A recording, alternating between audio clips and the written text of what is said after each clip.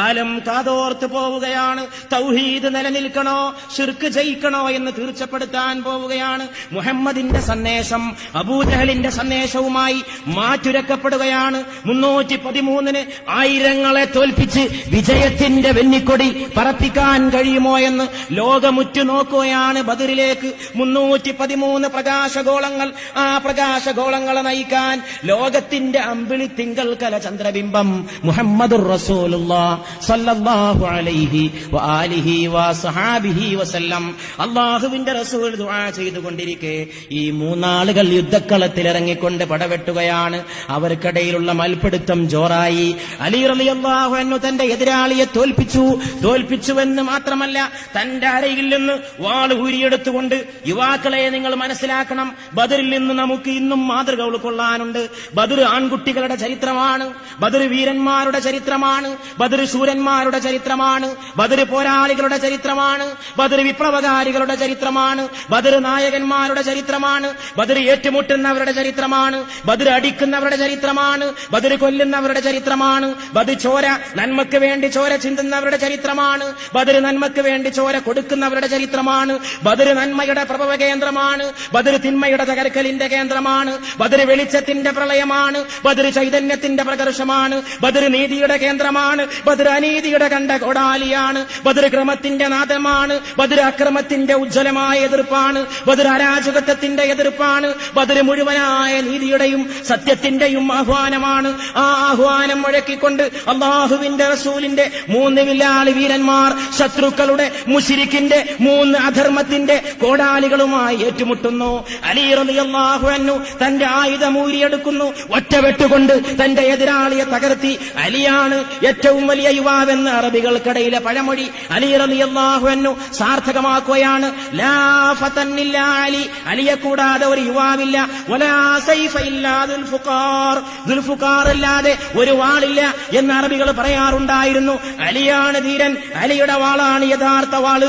അത് ആ പ്രഖ്യാപനത്തെ അന്വർത്ഥമാക്കിക്കൊണ്ട് അലി റളിയല്ലാഹു അൻഹു വെട്ടുവെട്ടേണ്ട താമസം അതാ കിടക്കുന്നു. ശത്രുവിന്റെ ശരീരം കഷ്ണം കഷ്ണമായി കിടക്കുന്നു.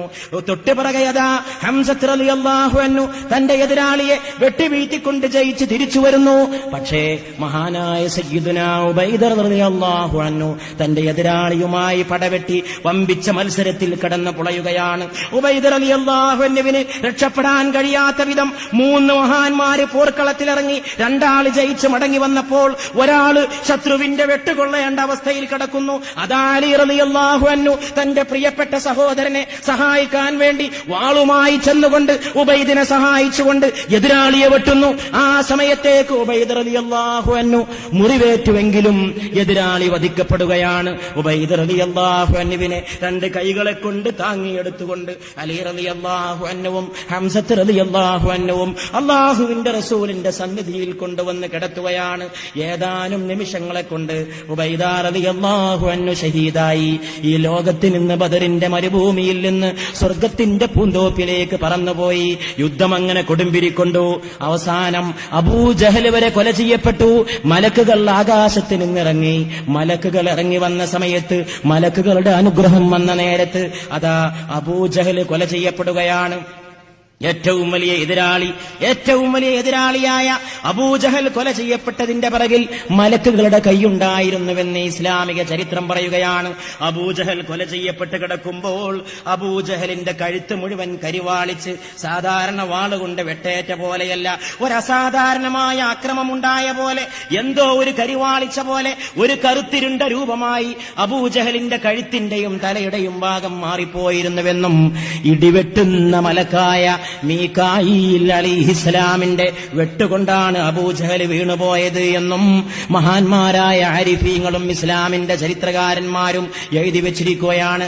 മലായിക്കത്ത് ചിറകുകൾ പറത്തിക്കൊണ്ട് റസൂലുള്ളാഹി സ്വല്ലല്ലാഹു അലൈഹി വസല്ലമയുടെ സത്യസന്ദേശത്തെ സഹായിക്കാൻ ബദറിന്റെ മരുഭൂമിയിലേക്ക് ഇറങ്ങി വന്ന ദിവസമാണ് പരിശുദ്ധമായ റമദാൻ 17.